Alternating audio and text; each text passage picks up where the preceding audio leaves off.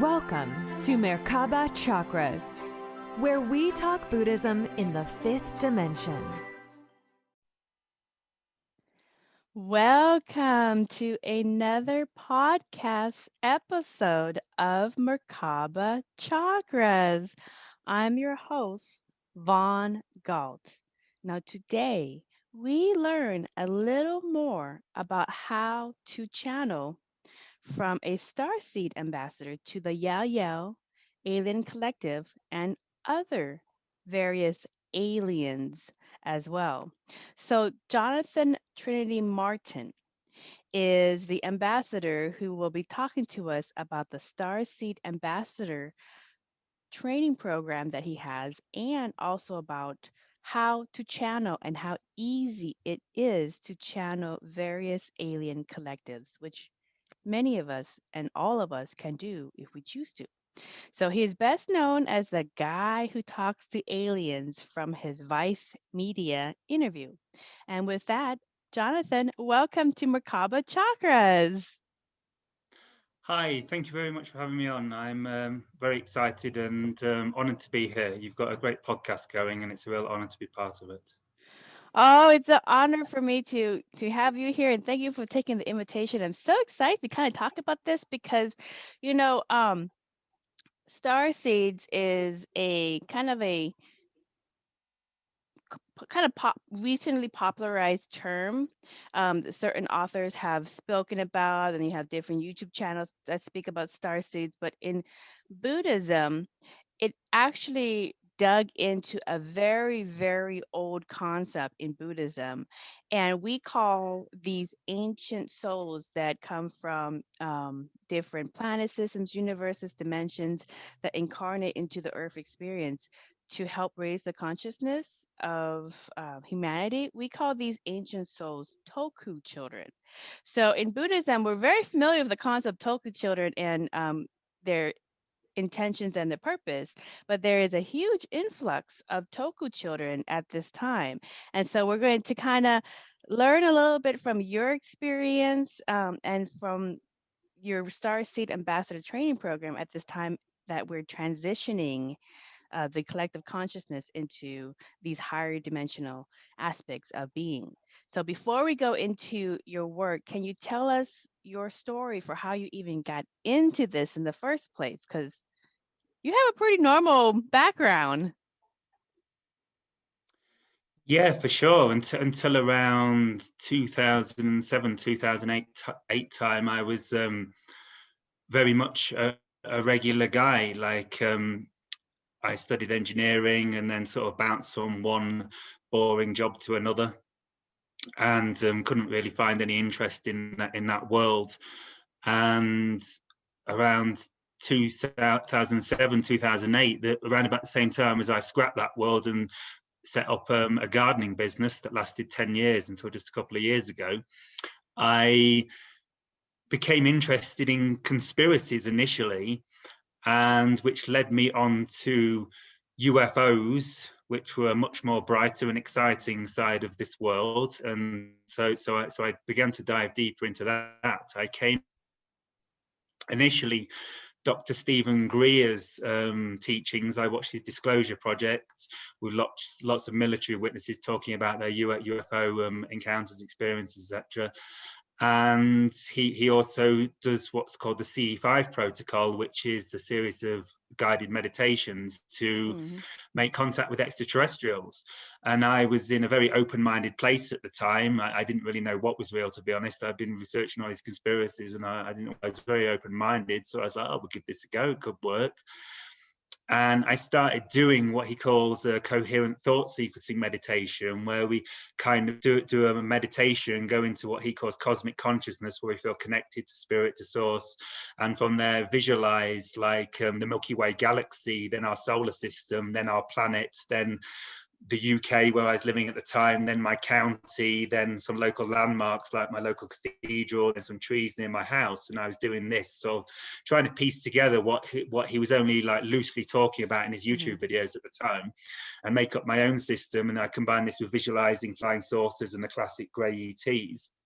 And had a spate of UFO sighting. About a month later, it wasn't for, I was doing it every day for about a month, and at some point I kind of forgot about the ET thing.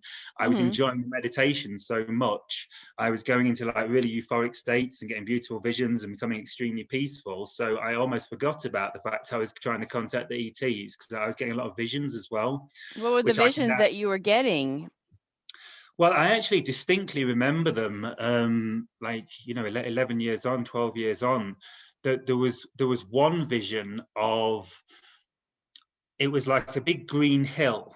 And it was almost like, it could have been in England, the UK, but I think it was maybe on another planet. I don't know, in another dimension. It could have been in another time on Earth, but it's just like a green hill. And it had like a castle on top of it, a very kind of English castle in a way. And but round the top, at like the turrets, there was monks dressed in cyan blue robes, holding cyan blue cushions, and the cushions like had nothing on them.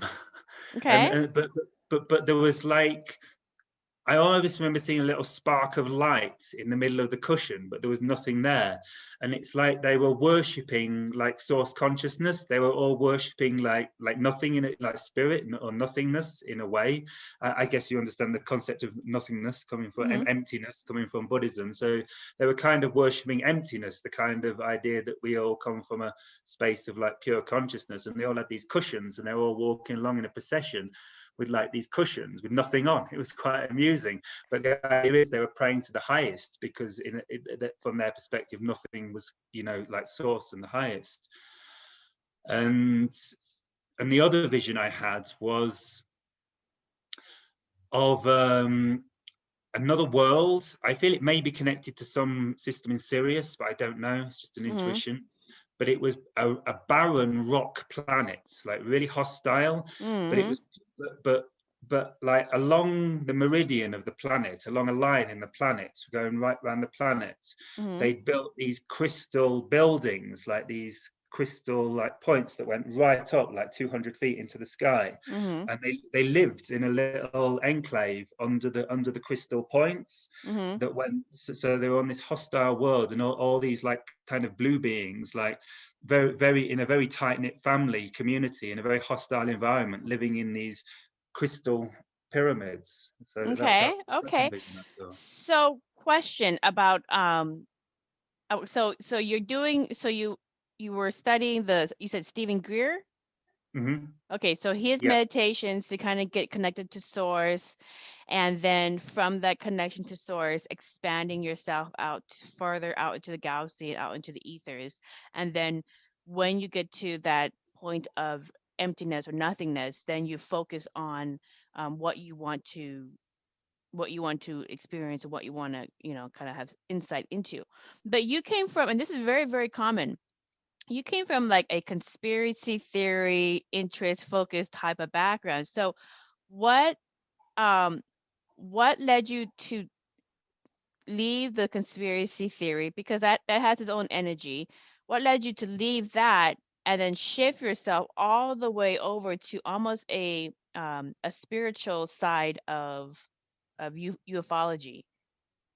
Which, when you understand ufology and the whole aspect of it, it's just basically consciousness in all different forms within creation. Yeah, exactly. Yeah, so I couldn't agree more. So yeah, so about a little while after I had these UFO sightings, I came across the teachings of Bashar, channeled by Darrell Anker. And so looking back, I actually believe that I like created this, because of course, from the fifth dimensional perspective, we create our reality within our consciousness. And so I understand how doing these coherent thought sequencing meditations and visualizing the image of a grey extraterrestrial, the classic grey with the big eyes, I actually manifested Bashar, because Bashar is like one of these greys with the big eyes, but he's actually a hybrid, part human, part grey. In the supposed future, parallel future. Yes, yeah. Right. So that's what, so in your meditation, that's what came through. when you started doing that? Yeah, no, I started visualizing these great ETs as part of the ET contact meditation to contact with the ETs. And then a few months later, I came across the channelings of Bashar, Oh, and I see how it was connected to me visualizing that, and it was Bashar's teachings that taught us how we create our own reality through what we focus upon, that made me realize that focusing upon negatively oriented fear-based things was not serving me or anyone. So I began to move away and try to, focus only upon like the highest love and light, and I'm still working on that.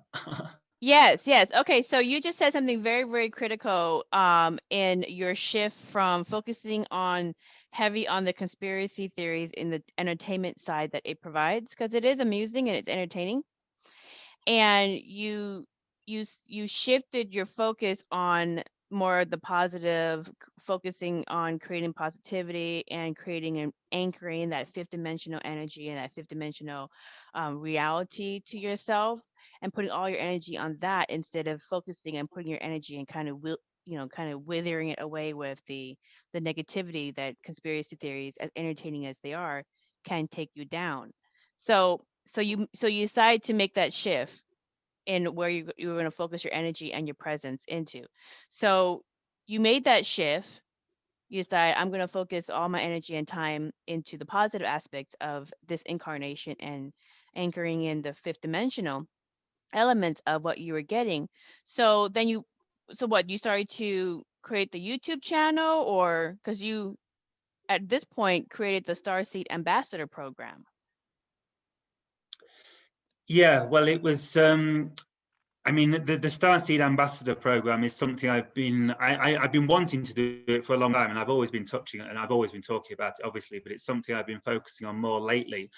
And just quickly, I've actually made it totally public on YouTube. So I'm releasing a video every 3 videos a week, and it's all totally free on my YouTube channel, Jonathan Trinity Martin, Starseed Training World. So if you're interested, it's all going free there. And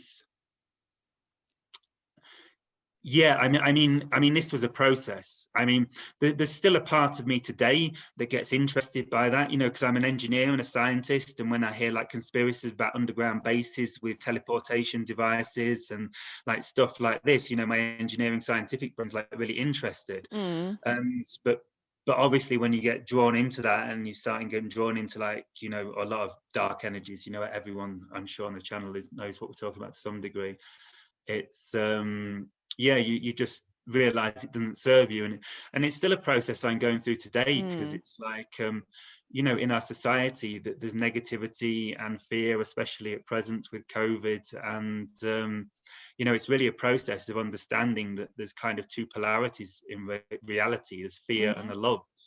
And this is really the shift into the 5th dimension we're going through at the minute. We're going through this polarization and this acceleration where we like literally, if we want to make the shift, we have to choose love consciousness, which is the opposite polarity to fear. So we have to let go of fear, and we have to be completely fearless.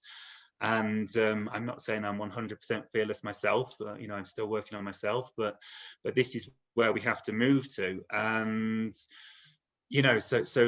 looking at Facebook, look, we can't really step outside our door without stepping into some limiting perspective. Perhaps a limiting belief is a better way to look at it than a fear-based belief. So yeah, I'm still navigating that to this day, to like understand when people are, when I need to stay centered, and when to accept information from other people when people are offering me good information. But a lot of it for me is like filtering out a lot of noise, so I can really stay focused and centered in my own being, and bring my mission to this world, and like not let people like affect my reality, because if we're letting other people tell us what's right and what's wrong, that's drastically affecting our consciousness, our vibration, and our ability to follow our calling and our service. Right. Yeah, that very, very well said. I mean, like, one of the things that I have come across with a lot of Toku Starseed incarnates that I have as clients is they get kind of bogged down with the exterior world, with the mommy daddy issues or the melodramatic dramas that's going on in current in current society, or and these things are going to happen. So one of the main lessons that many of them struggle to do is to stay focused on what they came here to do, because they only have a certain Mm, amount of time in this lifetime and in this specific element of reality to anchor in and set up basically the foundations that will be uh, leveraged by the next generation and on and on. Um, so but it's really hard for many of them to kind of focus and compartmentalize their life, because they still have to manage their job. If they have a job, they have to manage their family. If they have children or a spouse, kind of those relationships. So there's all these other elements, and then on top of that, they get pulled in and sucked into spending 2 hours into uh, this social media feed that really didn't serve any purpose on them, or they get sucked into some kind of current affairs that's going on somewhere else, and then they spend all the time looking at that. And so all of a sudden, almost every single day, they're losing a lot of time that they wanted to use to focus on doing the things that they came here to do, but it's being spent on all these frivolous things, these distractions is what I call them. So what is your recommendation, and what does the different collectives that you channel say about how star seeds, not even necessarily star seeds, but anybody can compartmentalize or kind of prioritize their time effectively? Because it's really easy to spend 10 hours into conspiracies, or 3 hours into this bad news bears, and 4 hours into this bad news bears, and on, and you don't do anything. mm.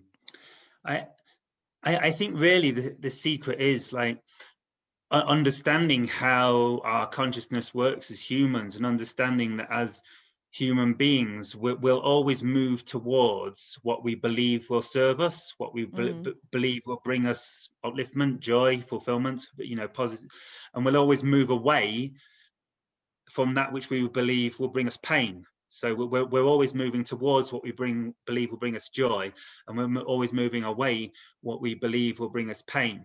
So it's really just a case of getting very clear in your own mind what's going to improve your life, and what's going to improve the life of those around you, and what's going to reduce the value of your life. And so if you've got a lifestyle where you perhaps spend a lot of time watching Netflix and eating ice cream and drinking beer, perhaps it's okay to do these things occasionally for sure, but perhaps you're doing it 20 30 hours a week,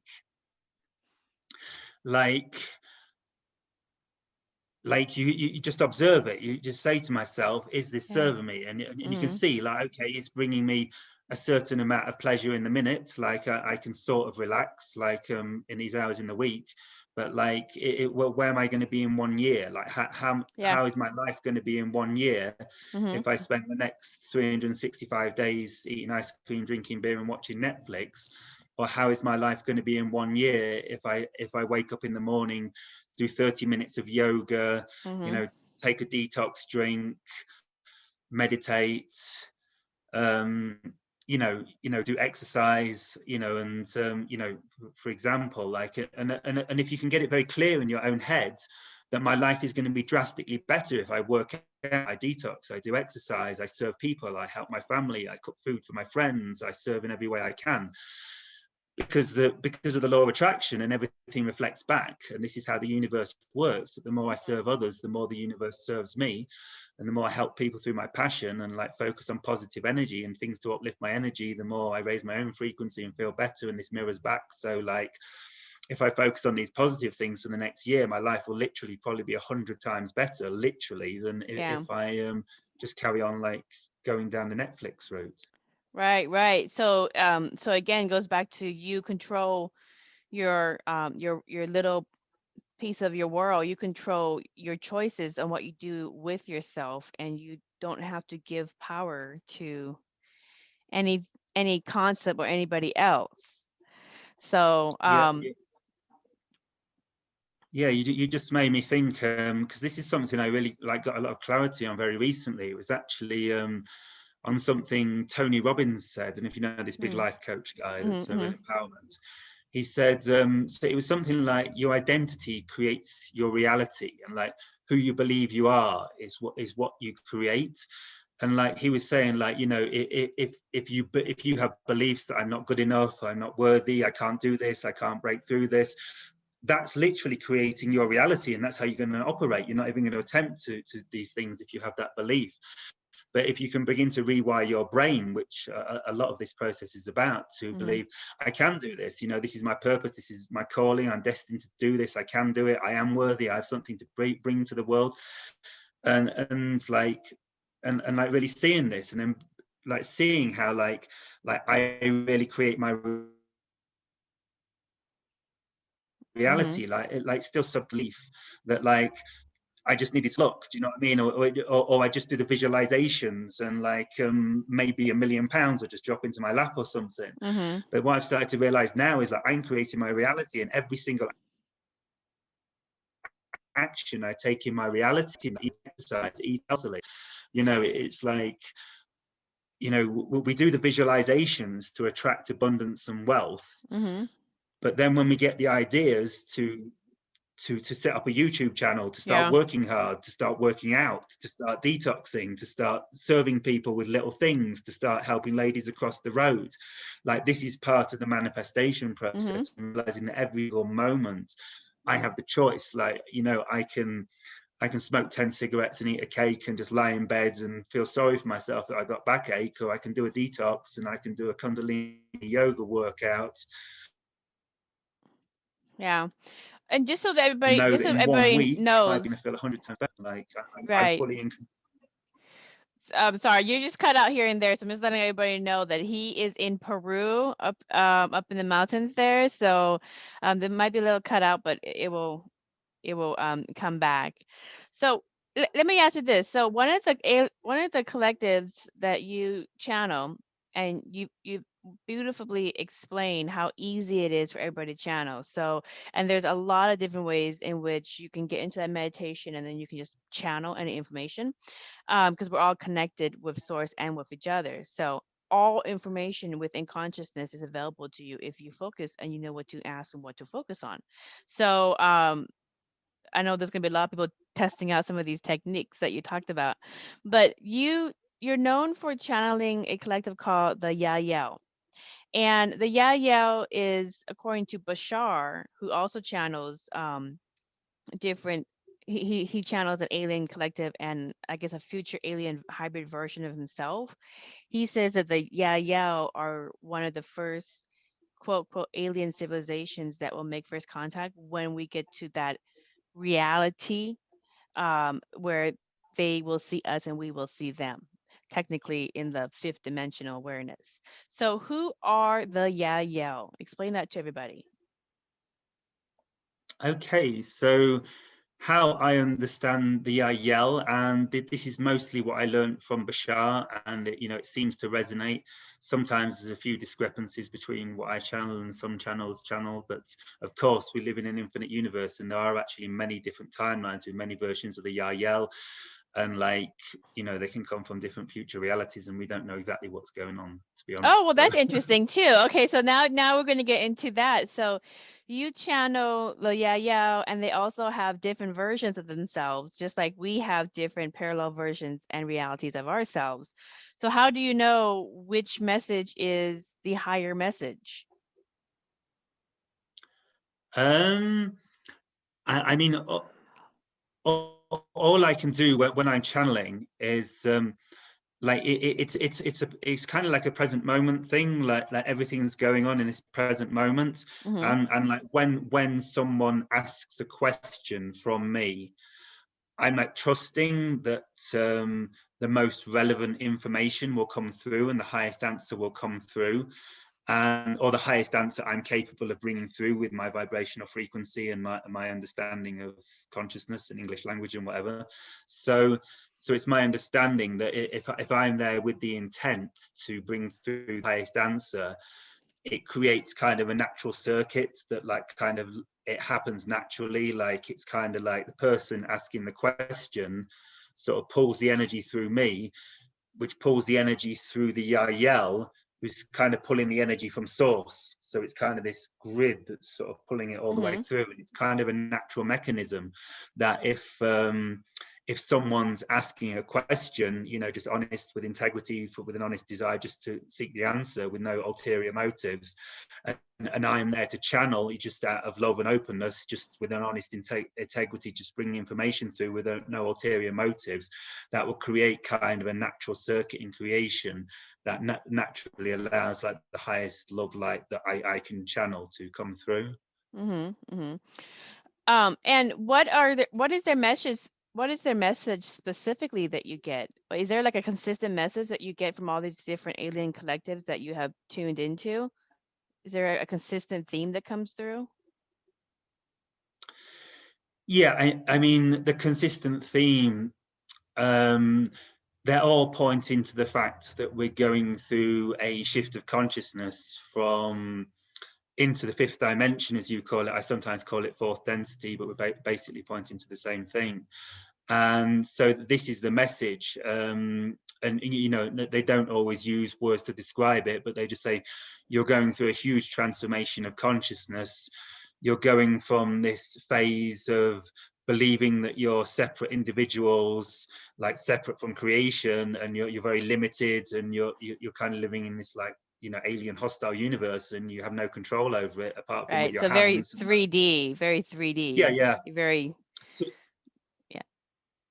yeah, like you know, typical way humans have lived for thousands of years, and the ways, you know, many people still live today. And they tell us we're going through this transformation of consciousness that's now becoming very clear to many of us, that we're going through this remembering that we're actually source consciousness, that actually everything exists within our consciousness, and we're actually all connected. Like you guys and me, we're all actually the same being, just viewing reality from different perspectives. And this is the shift of consciousness. We're going through the remembrance that reality actually exists within our consciousness, and we're actually just kind of this infinite energy being that's dreaming infinite reality and having lots of different perspectives. Yeah, and just to explain to people, because there is, I think it's an ego conversation that goes on, where some people say, oh, we're going to, well, what happens to the third dimension, and we're going to go to the fourth density. No, we're going to go to the fourth dimension. No, why are we going to fifth dimension? All these other kind of things. And like in Buddhism, there have been other teachers and people in the past, in our canon, and in many other spiritual traditions, who are what they say fifth dimensional in awareness, because it's all happening within your consciousness. All the dimensions and the realities are happening within your consciousness. And the entry point for the higher dimensions is seeing your interconnectivity to everyone. That's to source, to everyone, to everything. Everything is like one living, breathing being, having different fractal experiences for source to engage in and experience directly as themselves. So that's a fifth dimensional way of understanding reality.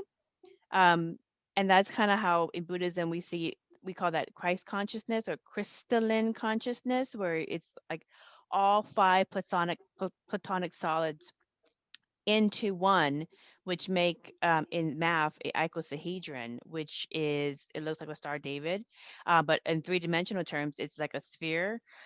So they call that the Christ consciousness. So that's the level in which you see your you don't just see it in the level of concept, but you know it. You know that you are connected to all, and all is connected to you. Even all the aspects you don't like is connected to you as well, because it exists so that you can exist, so that you can know who you are. So can you explain to people who see it as oh, well, there's this group here who's going to make it to the higher levels, and then this group's not going to make it to the higher levels, they're going to stay in the lower levels, and can you explain that concept of fifth dimensional awareness a little bit further? Because that people get hung up on that. Yeah, well, I'll describe my understanding of it, and I've been thinking about this quite a bit since you gave me a heads up on this question a few weeks ago. And so the way I understand it is fifth. I prefer to use the name for fourth density for a reason I'll explain. So as I understand it, fifth dimensional consciousness, the fifth dimension is the dimension of spirit, the dimension of non-physical consciousness, you know, where we're not limited by the physical body, where we can, you know, really do what we want and focus our consciousness anywhere.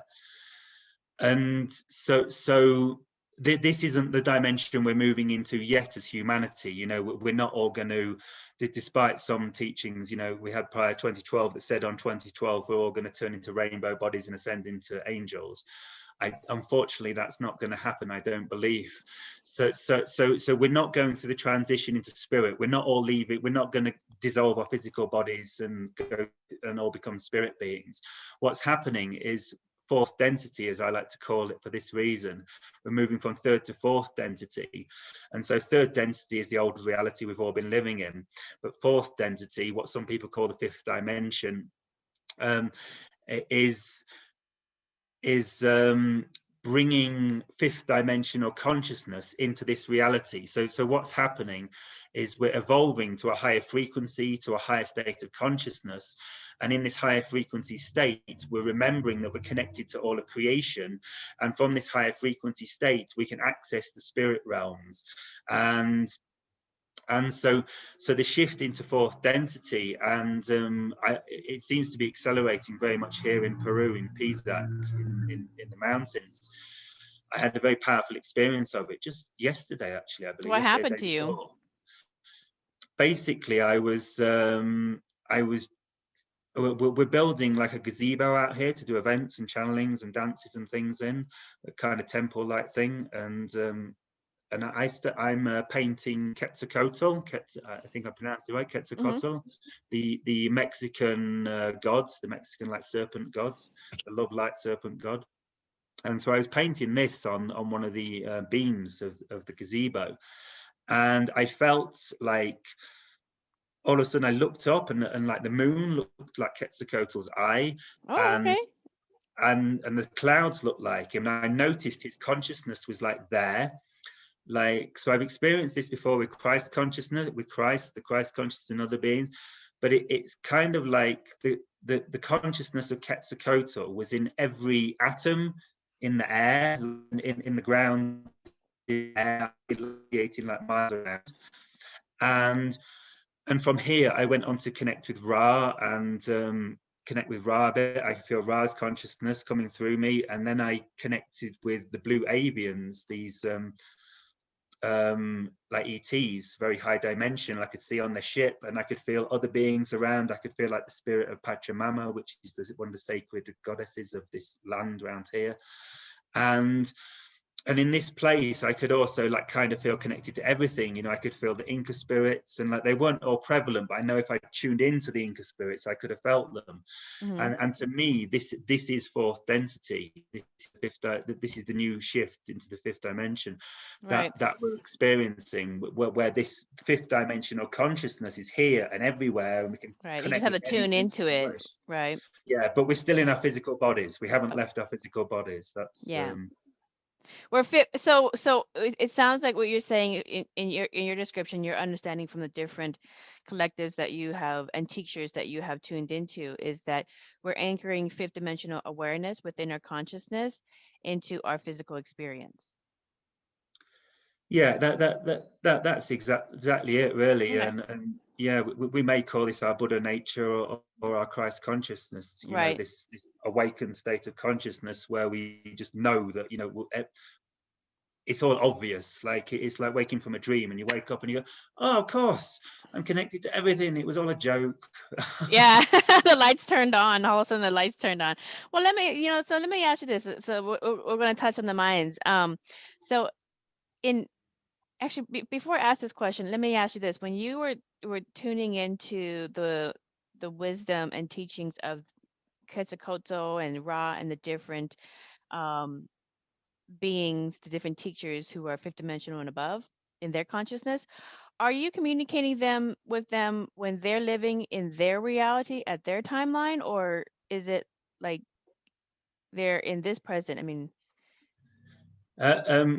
Quetzalcoatl was very much in this present. I could see I saw him fly off like in my okay. third. So it's all in my third eye, but like it gets to the point where the third eye is so active, you can almost see it and you can almost feel it. You can't quite see it, but it's there. It's very bizarre. And I'm sure for some people they start to see it visually, but I'm not so visual normally.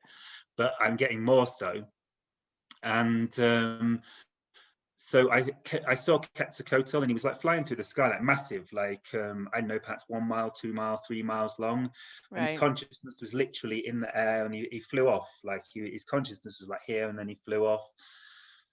And then Ra came through me a bit differently, because I actually started to channel Ra, and like I felt like I almost became Ra, and I was just Yeah. sat like in Egyptian sitting pose, like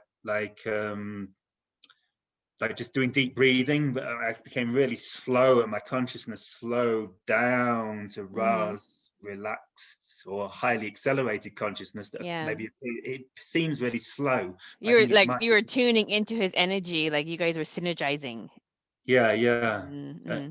And that was different, because it felt like Quetzalcoatl was here but out there, but all part of me. But this was like Ra, the same, but actually Ra came into my body, like into my physical body.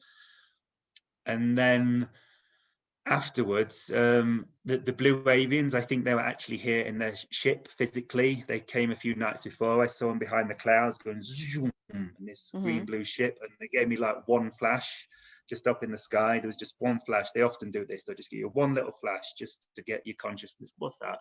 Just to get you thinking. And when they did that, I tuned in, and I could very distinctly feel the energy of the blue avians. I think you're tuned into the energy of the blue avians tonight Well, as well. I'm Laos. Yeah, so I'm Laos, and I'm from a tribe, the Hmong tribe in Laos, which is like northern Siam, Thailand, at that area. And anyways, we have a lot of folklores, and we have a mythical folklore of the mythical bird beings who are Oh magical. wow. And in the folklore, they describe them very much like blue avians. But Wow.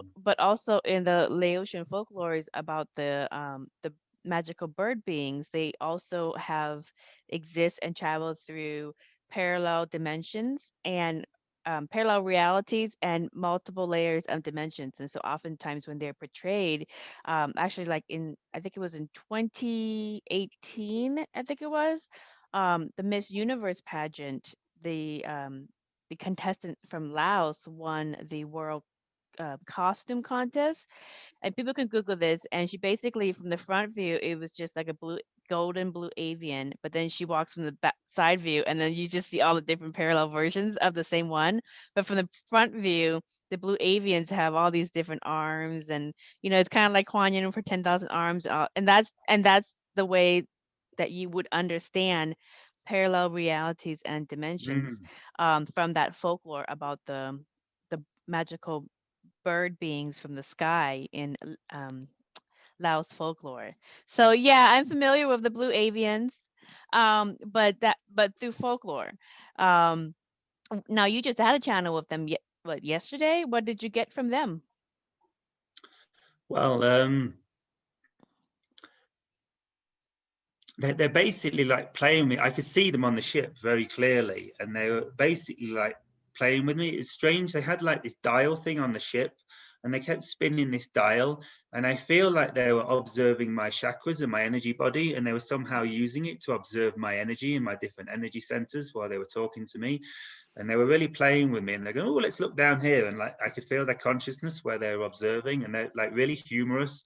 They were basically just making a bit of fun of me, like moving That's around really fast. Yeah, yeah. According to a lot of the Hmong tribe folklores and Buddhist folklores of the magical bird beings, and you can actually see some of the depictions of them in ancient temples in Hinduism as well. They've been around for a very long time in the folklore. Wow. They often like to kind of like, they're very mischievous, and they like to kind of have fun with with people It was because we're just it so was gullible definitely and like so that. Yeah. easy. Yeah. So funny. I think humans just kind of bring an element of Mm. play into creation, and because we don't take it too seriously. Whereas Yeah. I think others collectives and a lot of the folklores in Buddhism and in Laos, many of them talk about these different collectives and beings within our folklore. They take things just way serious, almost too serious, that sometimes they have to kind of get down to earth and realize it's not that serious.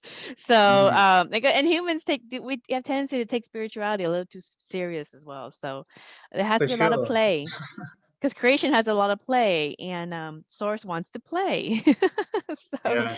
um, and so let me ask you this. So in Buddhism and in many other indigenous traditions, such as the Mayans, in the areas where you're at, we did the awakening ceremonies to welcome Earth's newest energies as we start a new cycle after the 25,920-year processional cycle of Earth. So, and this is actually science. So, but now you spend much of your time meditating at these ancient portal sites in the Mayan civilization and in the Andes Mountains in South America where you live. So, can you please explain um, the different alien collectives' perspectives on what happened to the energy of Earth after 2012? Yeah, sure. And technically, it's not Mayan here. I think Mayan is more Mexico. I think Oh, we're Incan, and it's like Incan and pre-Incan, but it's complicated. But anyway, thank you for clarifying. But you're yeah, so welcome. because I know there's a lot of different perspectives of what happened in 2012 and this and that. But I would like to know, and I think a lot of people want to know, what is the perspective from these different alien collectives of what happened to Earth after that time? Yeah, I mean, I guess kind of quickly and simply, they talk about a cyclical history of Earth, something that's also talked about in ancient Egypt and many traditions. And and what you just talked about, actually, the precession of the equinoxes, the 26,000 year cycle. You got it a bit more accurate, I think, but the around 26,000 year cycle. It's something to do with the wobble, the fact that Earth's axis isn't quite straight. It causes the pole to point through a different zodiac sign every 2,600 years or something like that. And so we move all through all these 26,000 year cycle. And 13,000, the idea is that 26,000 years ago, we were at the beginning of, was it the age of Pisces, the cycle we've just been through? I'm not sure. I'm not a big into astrology, Yeah. so. Okay, yeah, me neither. So I think we've just gone through the 26,000 year cycle of Pisces, and we're just beginning the 26,000 year cycle of Aquarius. And so 26,000 years ago, we were beginning the cycle of Pisces, and it was like kind of a beginning point, and we went through this 13,000 year evolution to the top of the cycle at half the 26,000 years. Imagine it as a circular cycle, so 13,000 years we're reaching the top. Mhm. This was the civilization of Atlantis, and this was the peak of the spiritual evolution, the conscious evolution of that 26,000 year cycle, was That was like how Atlantis. long? That was that. So that was the last. How long ago was that? That was 30, the last around, cycle. yeah, it was halfway through this cycle, so that was Okay, around 13,000 years right. ago. So around 13,000 years ago, we were at the peak of this cycle. But then, according to the natural rhythms of creation, we naturally go into a downward cycle where Mhm. everything that's built up into this grand reality Mhm. um, naturally starts to break down and devolve and go back into burn into the ashes, really, because natural cycle of creation, that things are born and die, something that Right. that's very common to Buddhism, the idea of impermanence, everything that comes goes. And the idea of reality is to explore different things. There's no point in everything sticking around forever, so it's a natural thing. But what happened, we went through this 13,000 year devolution where like basically fear-based beliefs came in because they were at the height of the evolution in Atlantis. And then one day someone had the thought, oh wait there, I could use all this magical power to control 1 million people and get all this money, and I could own everything I wanted. And which ultimately is a fear-based belief, because that's the belief that you need something to make you happy, you need something to create joy in your life. So it's a fear-based belief. But this crept in, and like people started like controlling people, and they started fighting, and this created negative energy, which apparently created a meteor impact that created a tsunami that wiped out, that flooded most of the earth. The story of Mozart and floods. Right. So you actually touch on a I'm actually hoping to eventually get back to that book project, but I have a book project where I'm going through Buddhist folklores, and one of the Buddhist folklores and a lot of the Hmong folklores is about the mega flood that happened over 13,000 years ago. But anyways, before that, there is the folklore of Mu or Lemuria in the ocean, of the Pacific Ocean, and it crossed all the way through. So anyways, but the concept, according to the folklore, is that the last fifth root race, which is a very highly spiritual evolved humanity, existed at the height of when Lemuria was around before the flood had wiped out much of these advanced ancient spiritual civilizations, and they existed at the same time as the folklore of Atlantis. And then it goes into that folklore that both of them they were both spiritual and advanced at some point, but then they changed their focus, and they started to fall from fifth dimensional awareness, fall from seeing their connectivity to each other, and they started getting more third dimensional, getting more egocentric, and then we know how that all turned out, and then eventually it all got wiped out by the flood. So that's the Buddhist folklore, and what you're describing from the perspective of these collectives that you channel about what happened to Earth after 2012, you're describing that folklore. I don't know if you understood, you recognize that. Certainly. Yeah, I understood. Yeah, it's yeah. And the idea is that after we went through this 13,000 year devolution that brings us to present day, and December the 21st, 2012, which is apparently the point of the completion of that cycle. It kind of devolved, and like we lost history for a long time, but we kind of picked up the history books in Babylon and ancient Egypt, and we have all this high wisdom, and like at the very beginning of the Egyptian dynasties, it appears that their technology and their abilities was at its height, and then it appeared to deteriorate over time. So we can see that, like in ancient Egypt, they still had this knowledge, and this is where a lot of these symbols like the Ankh and all this wisdom, this magic, it's been passed down from Atlantean wisdom, high magic. But come to the point of Egypt, humanity's really devolved, that the cycles come way down, consciousness is much lower, but it's still in a way higher than now. There's a very high frequency still remnant from the past cycle, like lots of the beings like Nefertiti and these gods, Ra, and these beings are still very much connected to the Atlantean consciousness, and this higher, like in a way, fifth dimensional consciousness is still available as a remnant of the Atlantean consciousness. It's dissolving, and they know it's about to go completely over the next, around 3,000 years ago, I think it sort of disappeared very much. But until then, it's very prevalent. And that actually goes into a folklore about like because the folklores of Atlantis happened for like the one half of the earth, and the other half of earth at the same time falls into the folklores, the Buddhist tribal folklores of Mu or Lemuria.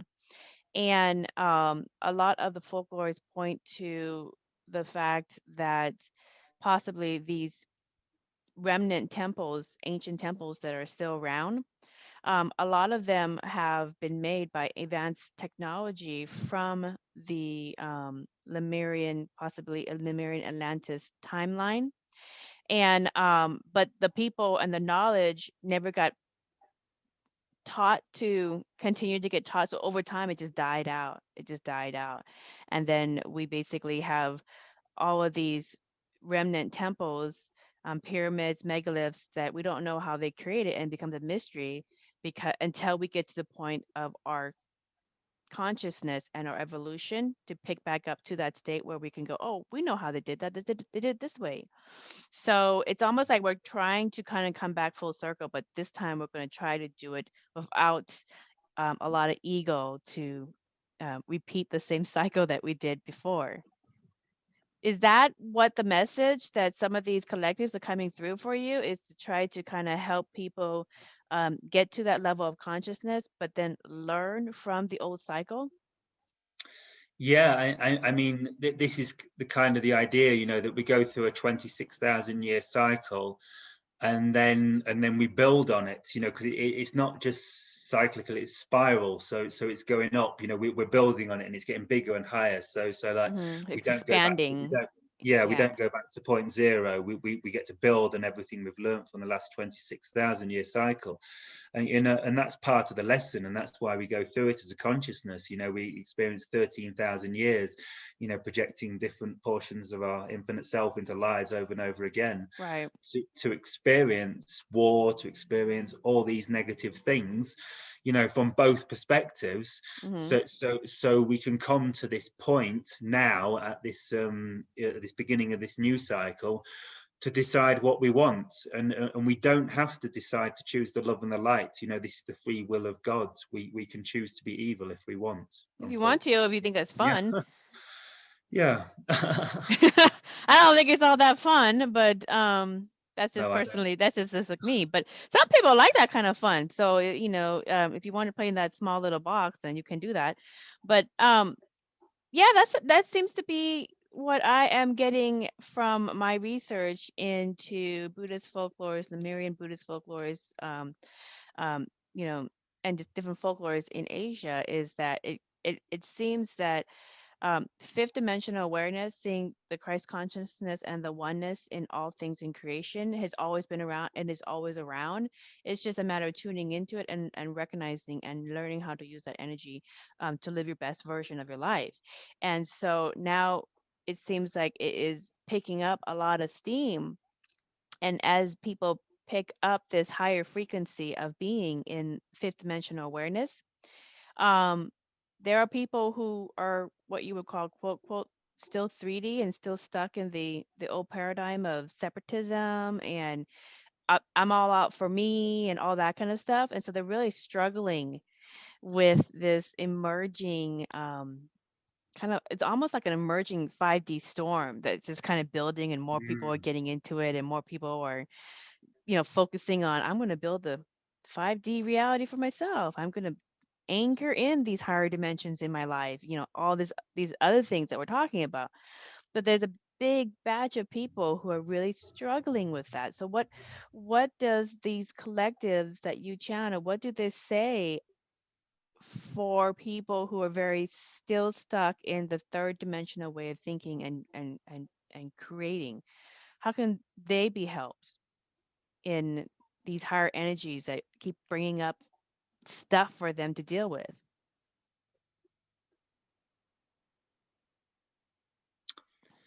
Yeah, I guess it's the same advice that they give to anyone at any stage of the journey, and this is the idea of following your excitement, like acting on your passion and your calling.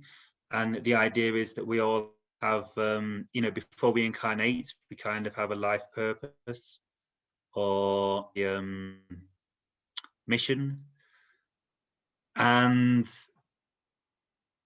sorry, the connection went a bit there. Is it all right Yeah, your no, end? no, it's good. I hear you. So just keep focusing on your Okay, passion good. and your love. Um, so it sounds like even for people who are really still stuck on the old paradigm and who just can't really wrap their minds or hearts around the concept of being fifth dimensional awareness, and anchoring that unity consciousness, that connection to source, them inside themselves and everybody else. Even that concept, for some people, they just really struggle with that because they they can't see themselves as being an embodiment of source. It's almost like blasphemous, that concept. And so it's very foreign. It's very hard for them because they don't really see themselves in that light, in that grace. They don't see themselves as worthy of being embodiment of source. What do you say for those people? Because that seems to be one of the things that keeps coming up with people who's like, oh, you guys are all in the clouds, or you think you're an aspect of source consciousness, you know, you think you're all connected to the earth and each other. You know, what do you say for people who really struggle with these concepts? Yeah, well, the idea is that we're all on this path. You know, everyone's on this path of, you know, spiritual awakening, whether they realize it or not. You know, this is what the human journey is, the journey of conscious evolution. And so the idea is that when we're following our excitement or our passion, you know, when we're truly tuned in, and it's coming from, you know, a heart-centered place and not a selfish place. When we're coming from that centered place of following our excitement, you know, through love and service to others, we're actually following the guidance of our higher self. So we're all kind of on this journey of going up, you know, rising in frequency, rising in consciousness, you know, and some of us are here, some of us are here, some of us are here, some of us are here. And, you know, it's just part of the nature of reality. You know, some beings are exploring, you know, different aspects. And so you're always rising in consciousness all the time. Even if you're one of these people that sat there thinking, oh, I don't get this, I'll never get it, I'm never going to be spiritual, I'm never going to be enlightened, I'll never make a connection. This is not true, because like everyone's making this journey, and just by watching this video and by following your calling to watch this video, you're actually taking the next step on your journey, and you'll be receiving energies and like knowledge and stuff and little bits that will just take you on that next step. And it's all about taking the next tiny step on the evolution of consciousness. In the Ra material, the Law of One channeled material, Ra says that the questioner asks him like something like, what can we do to like raise the frequency of the humans? And Ra says, he's saying something about awakening people, and he gives the answer that through all the information we share with your planet to assist the ascension of your planet, it is almost completely worthless, because it only has the most the tiniest little effect on each. But he says, but for that tiny effect, it's worth every ounce of our being, and we love devoting ourselves to this. But the idea is that everyone's on this evolution, and you can only go like, I mean, you can take little jumps and have big breakthroughs, but generally you're on this path and you're always taking the next step, following the path of your highest excitement and your calling and your mission. Your higher self is guiding you to all the lessons or the experiences to begin to let you integrate the new beliefs, the new perspectives, the new energies, the new frequencies, step by step, because this is a process. Enlightenment isn't something, from my perspective, that happens overnight. You can't just, you know, turn on a video one day that says stop thinking and you'll be enlightened, and just stop thinking and you'll be in bliss and heaven. It doesn't work like that. From my perspective, it's a process, and there can certainly be it's a journey, big it's a breakthroughs sojourn. where it suddenly feels like, whoa. And so everyone, that's what, you know, you're always taking the next step, and it might not happen for a year, it might not happen for 2 years, but if you can just like rest into your experience and like understand that as soon as you take the decision to go on the spiritual journey, you've basically made that happen. And it might take 5 years, it might take 10 years, it might take 20 years, because it's part of a natural evolution consciousness. But as soon as you set the intent to awaken or become self-realized or realize the ultimate state of reality, you're setting yourself on a journey where you're going to start attracting to yourself situations and circumstances. And the more you follow your highest excitement, the faster you'll follow this path of the situations and circumstances that allow you to let go of limiting beliefs and expand your consciousness. And so it's all happening, you know, like you've got, if you want to do it fast, you've got to, and be on the cutting edge and get there, you know, and really live the most epic life you can.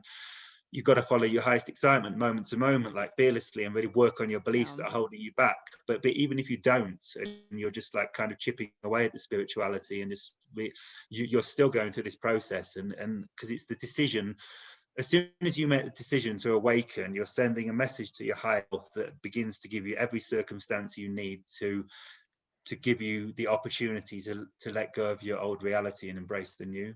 Right, right. And that's, yeah, and that's what's wonderfully said. And that's kind of one of the things that one of the frameworks for this podcast is the Buddhism podcast, obviously.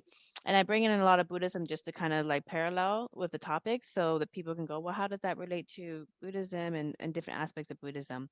And if you actually go into the advanced studies in Buddhism and some of the stuff that is not the commonly taught, because the most commonly taught stuff in the monasteries and in the temples are typically, you know, how to not be a crappy person and create a crappy life for yourself, because that's most common thing that is being taught. But if you understand the basics of that and you learn that and you apply that and you go into like the more advanced stuff, it actually gets very, very sci-fi and it's very, very entertaining and very fun. That's why I love this stuff.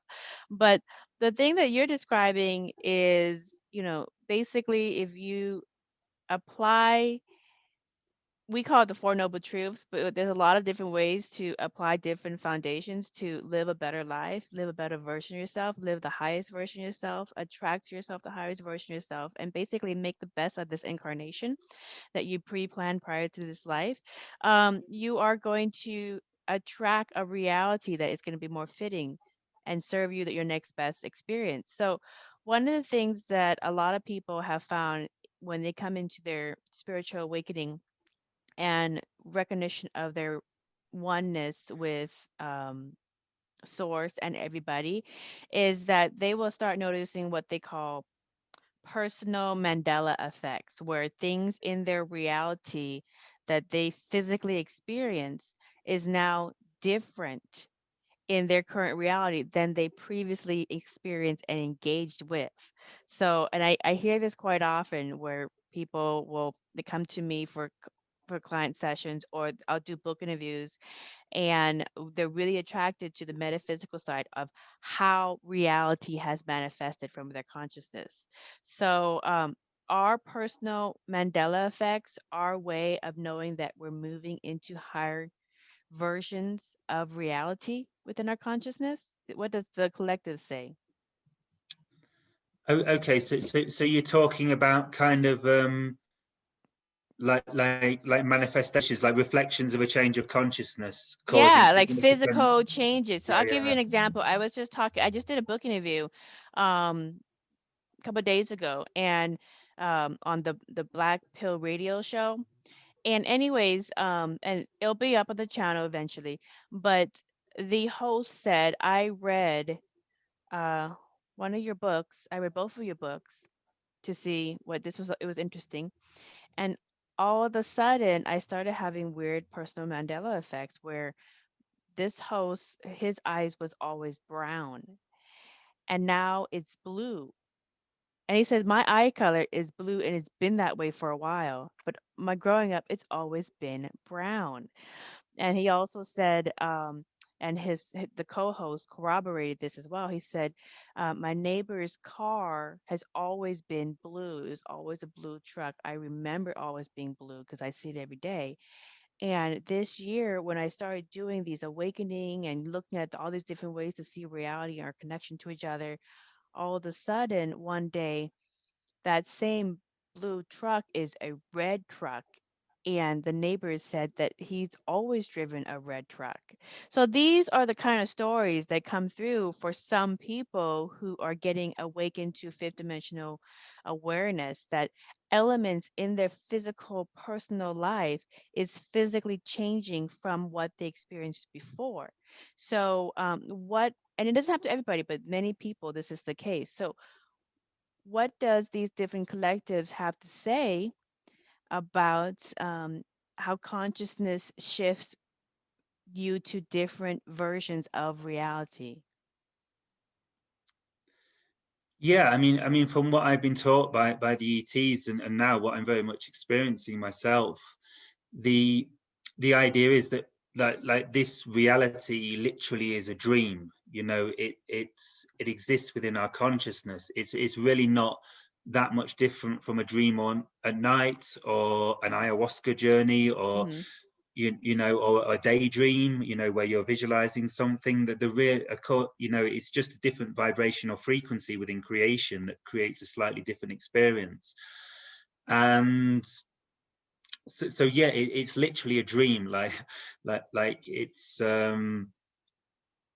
not that there is no physical solid reality. It's we've agreed to have this collective dream, Right. where you know, where there's time and there's space and there's gravity and things happen sequentially and there's cause and effect. But these aren't actually laws of creation. This is what we agreed to have in the dream. And because the majority of the people on Earth still believe that Earth is solid, we're still co-creating that reality, because it's co-creation. So even though, you know, myself and yourself, like, you know, are beginning to understand that there's actually infinite possibility, and it's just a dream, and there's really nothing stopping us from flying, you know, or taking off like Neo in the Matrix or Superman. But because the collective consciousness believes that's not true, I can't fly like Superman through New York City, because there's 10 million people who believes that's impossible. So that affects reality. Like every being in reality, that affects the collective manifestation. But if everyone was kind of a similar level of consciousness to us and beginning to embrace the possibility that anything is possible, or even truly understanding that anything literally is possible and we can manifest anything within our consciousness because we are source and this is just an infinite dream reality. If everyone had that perspective, I believe that we would be able to fly like Superman or teleport, and of course there are teachings of, you know, stories of people in, you know, Buddhism and Hinduism, you know, stories of all sorts of miracles, aren't there? Yeah. Well, they're not really like miracles. I mean, there's very scientific, you know, when you understand metaphysics and consciousness, there's actually very scientific. It's not magic at all. But you know, like just like energy healing is not magic at all. But when you understand the nature of how consciousness creates reality, you can also change you can connect to your fifth dimensional connection to source, and you can change the blueprint because you're in source code. It's like a computer programmer going into the source code and changing it to be a little bit different, to make somebody's DNA a little healthier, whereas before they were sick. But let me ask you this along the lines of that question as well, because you do talk about parallel realities and parallel versions when you talk about, like earlier when you said the Yahyel have different versions that come through. People, and a lot of my clients and people that I talk to as well, these experiences are accelerating for them. And these aren't just kind of like little willy-nilly experiences. I have people that spend thousands of dollars during a pandemic to fly into Seattle just to have a consultation, to have me provide them a hypnosis session, and then just to talk about their Mandela effects and how they can make sense of it. Because not only are certain elements in their physical reality is different, and this is beyond commercial logos or you know any of that discussion, but they are having a hard time understanding how can I rectify that I have changed my frequency and my perspective on things, and so much that their spouse is a different person, not like a different person in like a different looking person, but their spouse has a completely different back history for how they met, and also have a different personality. It's like it's a different person. It's a different version of their spouse that they have. And so, what does all the different collectives that you channel say about how people can um, come to terms with parallel people that may not be what they want? Yeah, I mean, personally, I'd you know, point again to the idea of the Buddhist teaching of impermanence, you know, or as Bashar says, everything changes except for the first 3 or 4 laws or whatever. But the idea that everything is changing. See, as humans, like particularly in Western society, we've been kind of taught to believe that like things are kind of solid, you know, and things like will kind of last forever, you know, like our parents will be there forever, our house will be there forever, you know, if we build a house in a nice family, it'll kind of be there forever and everything will be okay, you know, one day we get this nice house and this nice family, then everything will be fine forever. But the idea is that this isn't the case at all. Everything is always changing. Everything is always changing in creation. And this is why Buddhism points to the idea of impermanence and non-attachment.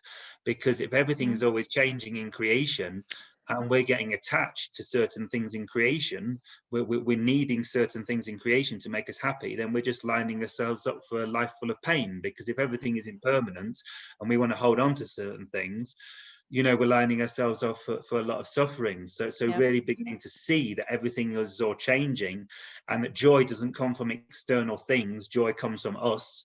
And you know, it's our innate state of being. When we let go of our worries and our monkey mind and our fears, we naturally kind of awaken to our natural state, which is a state of joy and happiness.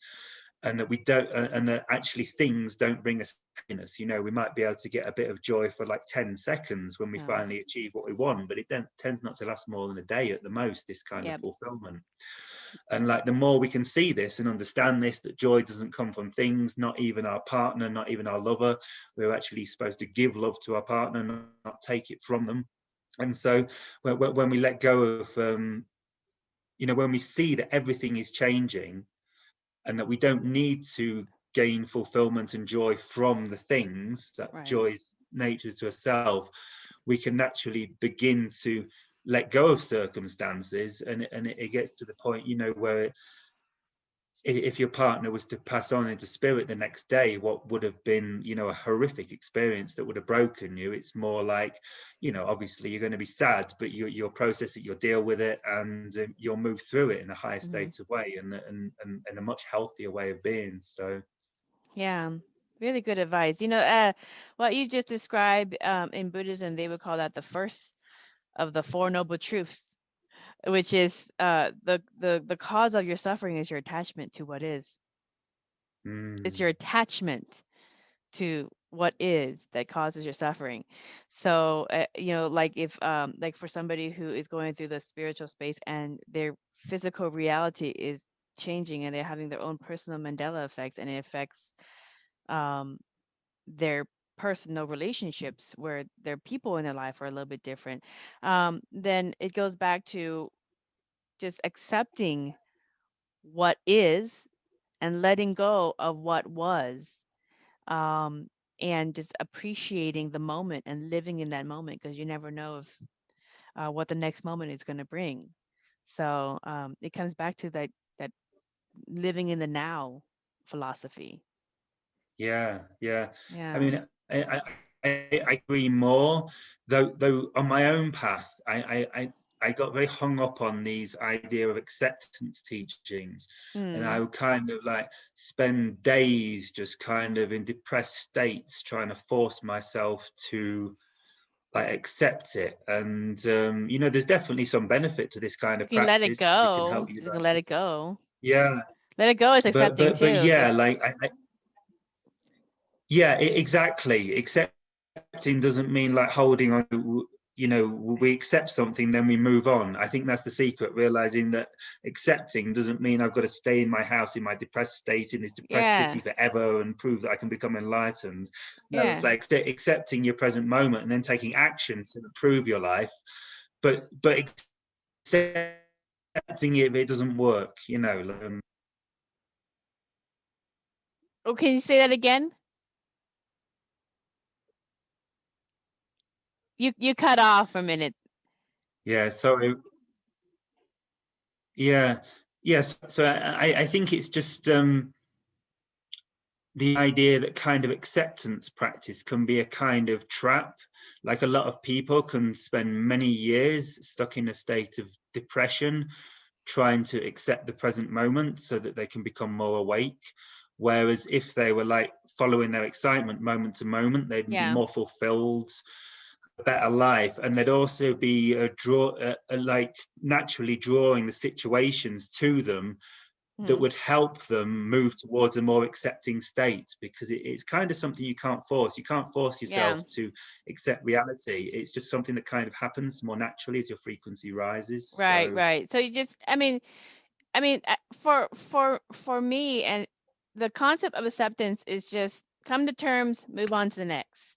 So some people take a long time to come to terms with something, and then find a way to overcome or to adapt to it. And some people just go, okay, that's what it is. Move on to the next best thing, the next excitement, whatever is your passion. So it's technically like the same thing. It's just a matter of time frame. So, but yeah, you know, or you can, or and of course there's forgive or let go is another term that for the same kind of thing, kind of move from one state to another state.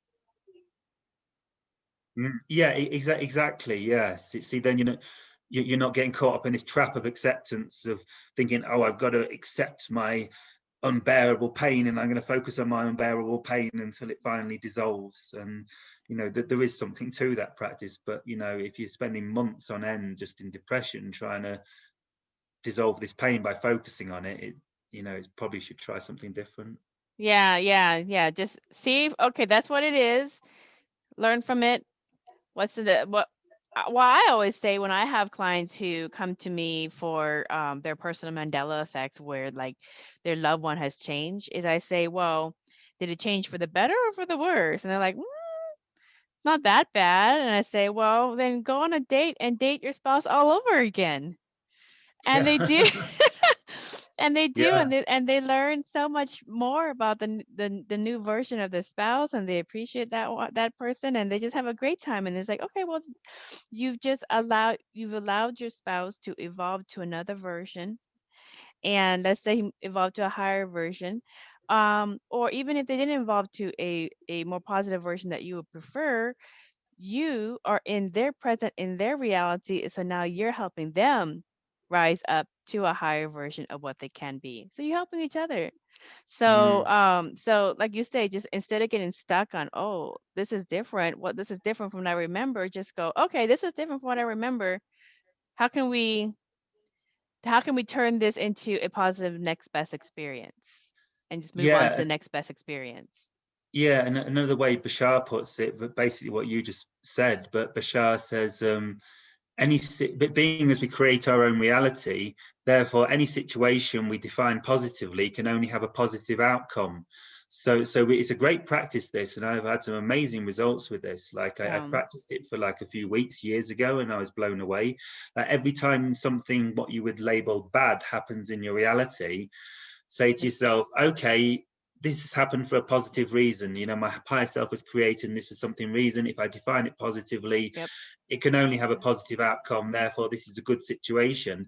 And I did this, and I was having loads of little miracles, like things like, I can't remember, things like my car breaking down, and I thought, oh no, and then end up getting like insurance for it and getting twice as good a car or something, and little things like this, just from Seeing silver linings. Yeah.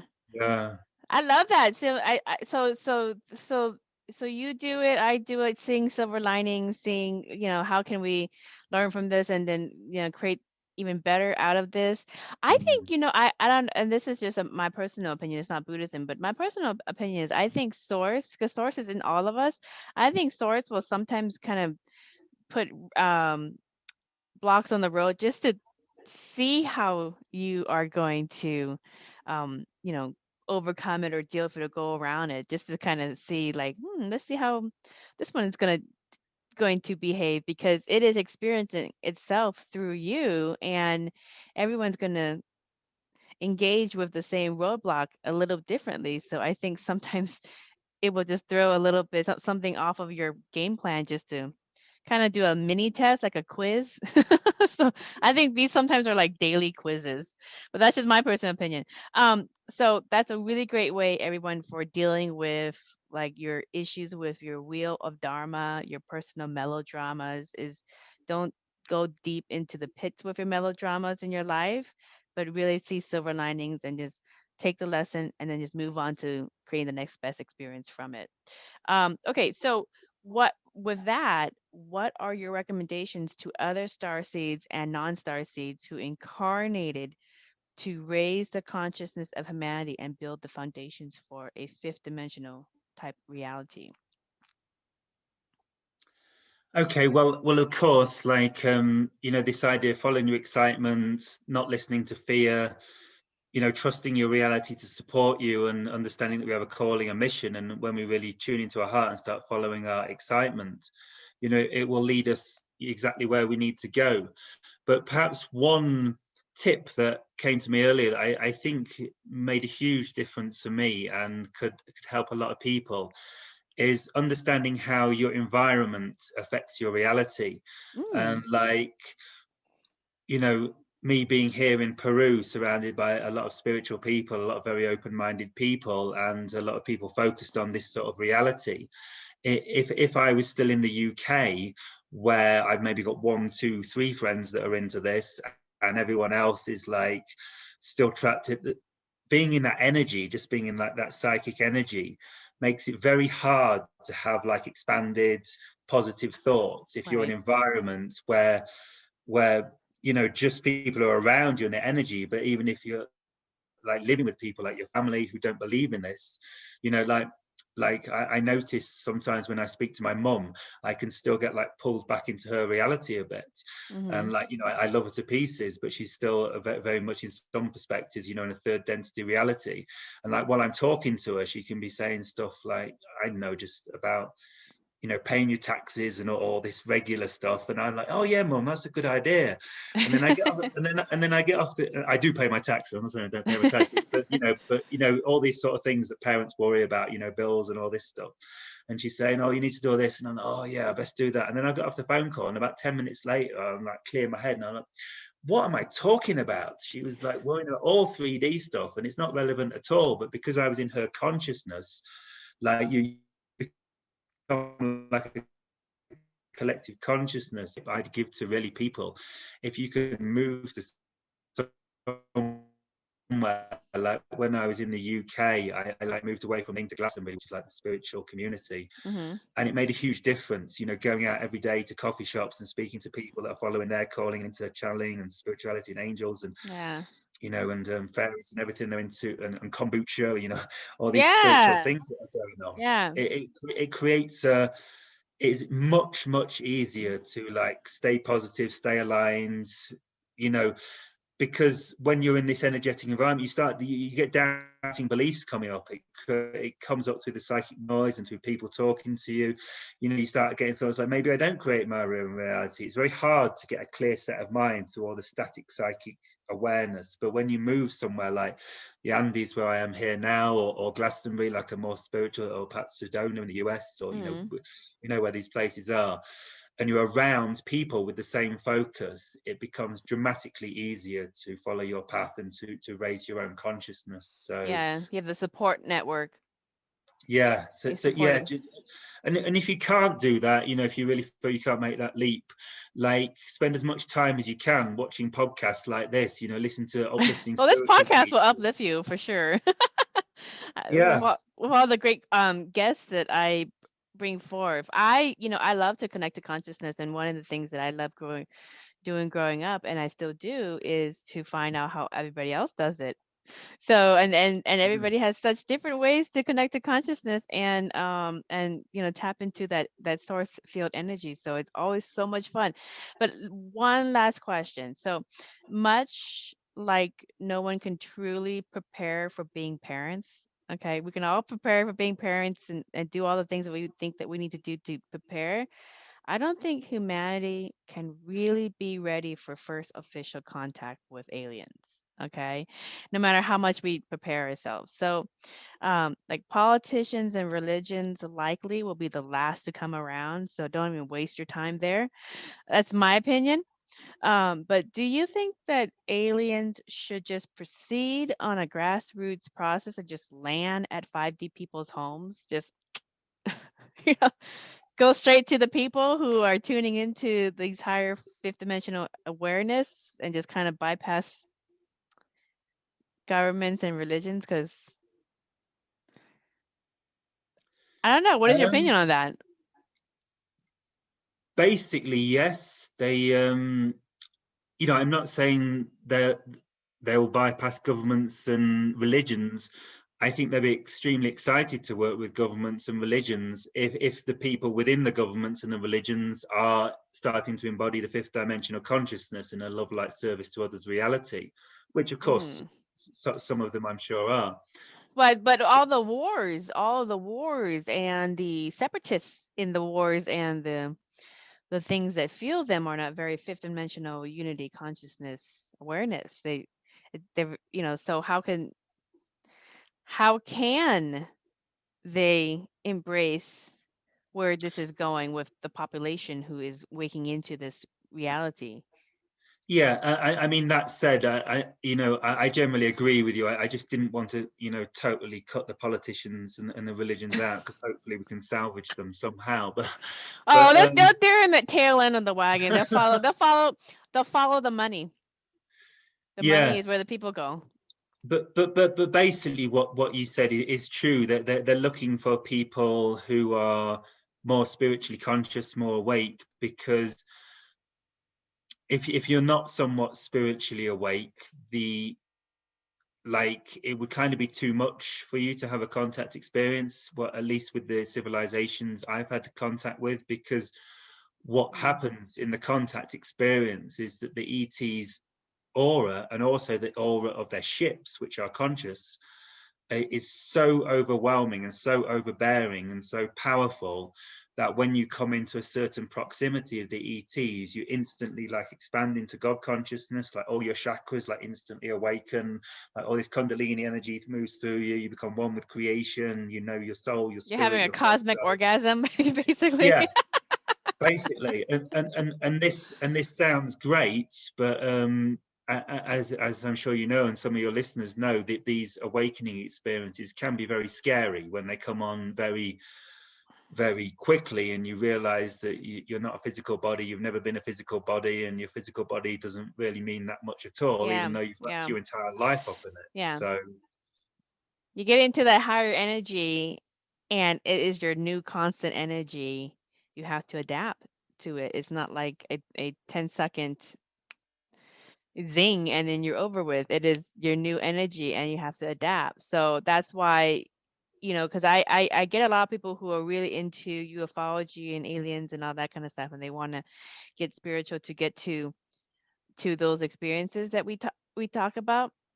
But at the same time, you have to still do your work into raising your frequency, into raising your level of consciousness, into being fifth dimensional awareness, or above, just to be able to handle connections to those different beings. Because like you say, and like you described, it will short you on an energetic level. So maybe that's why they don't just land, but if I just kind of wonder if they just landed at people's backyard. Okay, so I'm gonna put this out there. I'm still Buddhist, people. So, but if different ETs just land in my backyard and knock on my front door and say, "Hey, Vaughn, we've been watching the podcast," I would immediately say, "Hi, welcome. First of all, let's put you on the schedule so we can have an interview, because I do want to interview you, and ask all the questions about what it's like to be, in this experience." And then I would also say, however, I still do have different elements in my life that I still follow. Like I still have certain routines with the kids and with my husband and all these other things. And so, um, you have to respect those parameters for engaging with me in my life. So that's just me. So I think, I personally think that humanity is not ever going to be ready. Just like we're never really going to fully be ready to be parents. It's just kind of one of those things that happens, and then you learn and grow as you go through the experience. And I personally think, that they just need to land at 5D people's homes. Just do it. And if they can handle it, great. And if they can't handle it, they'll learn. They'll learn like we learn with everything else. Yeah. So What does the collectives? Does it have any last things to say? Because I know they don't want to. They're like, I know they want to. Everybody I talk to, they say whenever they channel different collectives, or just even through meditation, they just say, oh, they just want to gauge, have discernment, gauge. They, they want to be respectful, soft kitty gloves. And I'm just kind of like, ah, throw the soft kitty gloves away. Just get on with it.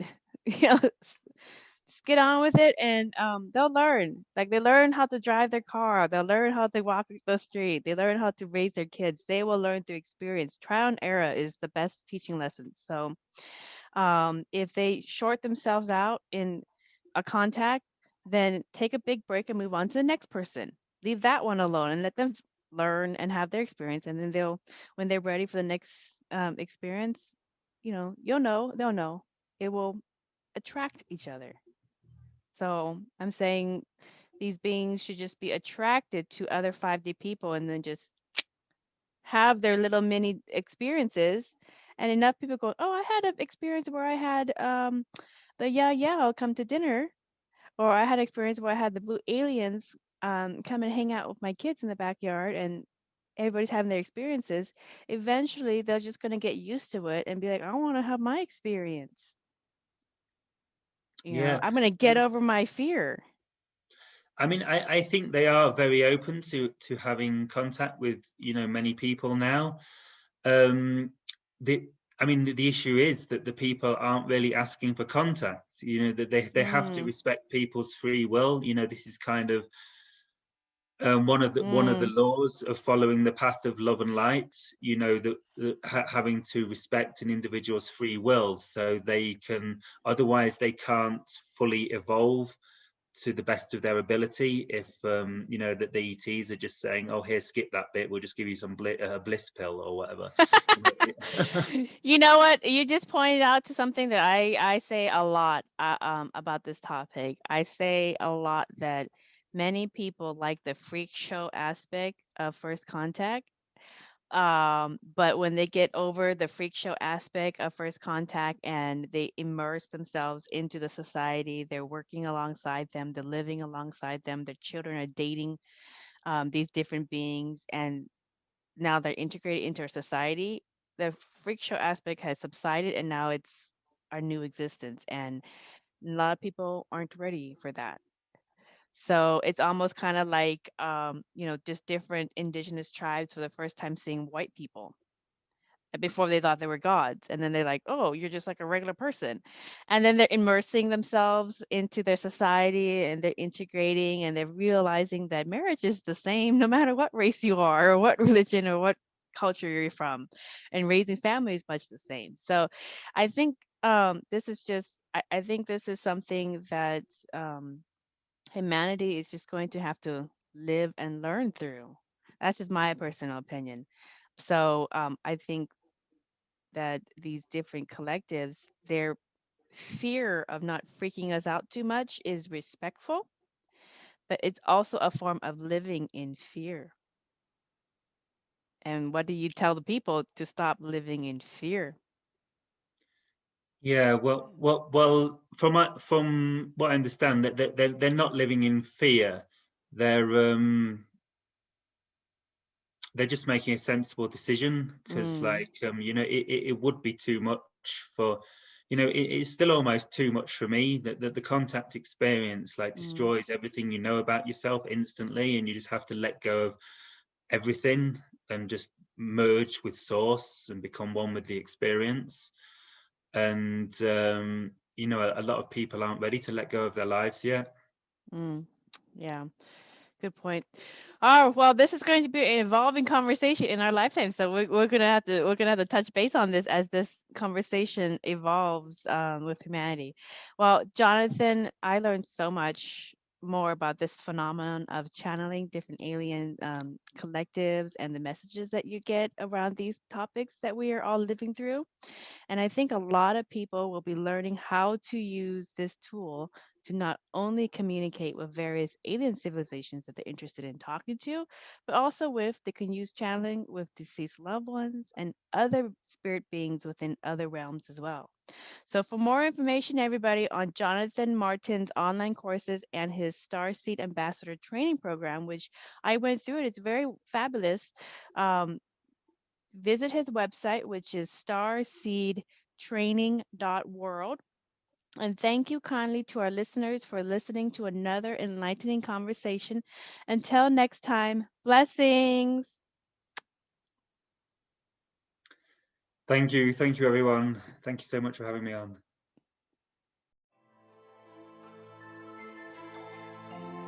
We hope you enjoyed this episode of Merkaba Chakras, where we talk Buddhism in the 5th dimension. For more information about today's guest, please go to the show description. For more information about Vaughn's metaphysical work, please go to merkabachakras.com.